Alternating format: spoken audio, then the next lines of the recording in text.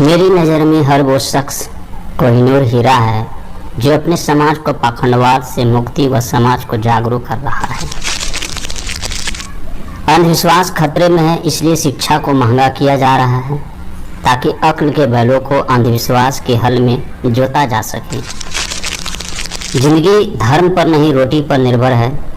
हाँ, चंद लोगों की रोटी जरूर धर्म पर निर्भर है और यही चंद लोग बाकी लोगों को मूर्ख बना रहे हैं। मनुष्य भी कितना नादान है, मंदिर में शंख और घंटे बजाता है, सोया हुआ है खुद और भगवान को जगाता है। भूखे को रोटी दे नहीं सकता, मंदिर में 56 भोग लगाता है। अंधेरा दिल में है और दिए मंदिर में जलाता है। शिक्षा के बिना समझदारी खो गई, समझदारी के बिना नैतिकता खो गई, नैतिकता के बिना विकास खो गया, धन के बिना शूद्र बर्बाद हो गया। शिक्षा महत्वपूर्ण है, शिक्षा प्राप्त करने में कोई कसर न छोड़ें। कैसे पता चला कि कृष्ण का जन्म रात को 12 बजे हुआ था?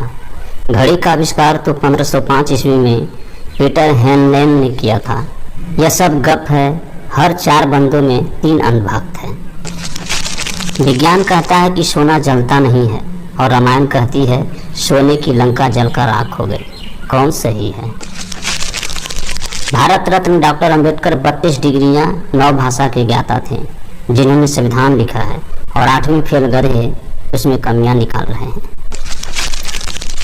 पंडितों के 33 करोड़ भगवान मिलकर भी दलितों को शुद्ध नहीं कर पाए और दलितों में इतनी ताकत है वो भगवान को छू कर भी अशुद्ध कर सकता है। भगवान की भक्ति से सब कुछ अगर हासिल होता तो सारे पुजारी, उनके बच्चे, महंत, साध्वी राजनीति में नहीं आते। शक्तियाँ भगवान में नहीं, संविधान और सत्ता में है। भगवानों ने सिर्फ राक्षसों को ही क्यों हराया और वध किया? अरबी, मुगल, डच और अंग्रेज उनके दोस्त थे क्या? सारे धर्मों के धर्म ग्रंथ मिलकर भी अकेले संविधान की बराबरी नहीं कर सकते। मंदिर के अंदर बैठकर जो लिया जाता है वह दान और मंदिर के बाहर बैठकर जो लिया जाता है वह भीख। अजब का शब्द छल है। दोनों जगहों पर पैसा यानी धन ही मांगा जाता है और दोनों ही भगवान के नाम से मांगते हैं। तो फिर अंदर बैठकर मांगने वालों को पंडित और बाहर बैठकर मांगने वालों को भिखारी क्यों कहते हैं? दोनों का काम एक जैसा ही है, इसलिए दोनों को पंडित ही कहो या दोनों को भिखारी कहो। इंसान इंसान में भेदभाव मत करिए। माटी का एक नाग बना के पूजे लोग लुगाया, जिंदा नाग जब घर में निकले ले लाठी धमकाया। जिंदा बाप कोई न पूजे, मरे बाद पुजवाए, मुट्ठी भर चावल लेके कौवे को बाप बनाए।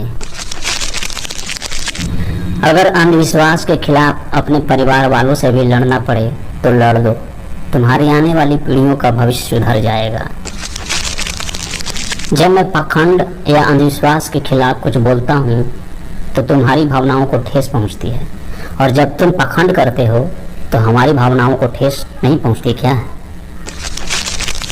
शिक्षा इन समाज में समानता का शक्ति है। जब मनुष्य शिक्षित हो जाता है तब उसमें विवेक और सोचने की शक्ति पैदा हो जाती है। तब न खुद पर अत्याचार कर सकता है और न ही दूसरों पर अत्याचार होते देख सकता है। भारतीय संविधान के अनुच्छेद 51A के तहत सभी देशवासियों को अंधविश्वास और पाखंड के खिलाफ लिखने और बोलने का अधिकार है। जय संविधान, जय विज्ञान, जय भारत। इस वीडियो को अपने जानने वालों के साथ अधिक से अधिक शेयर करके मानवता के साथ समानता ला सकते हैं। Thanks for watching.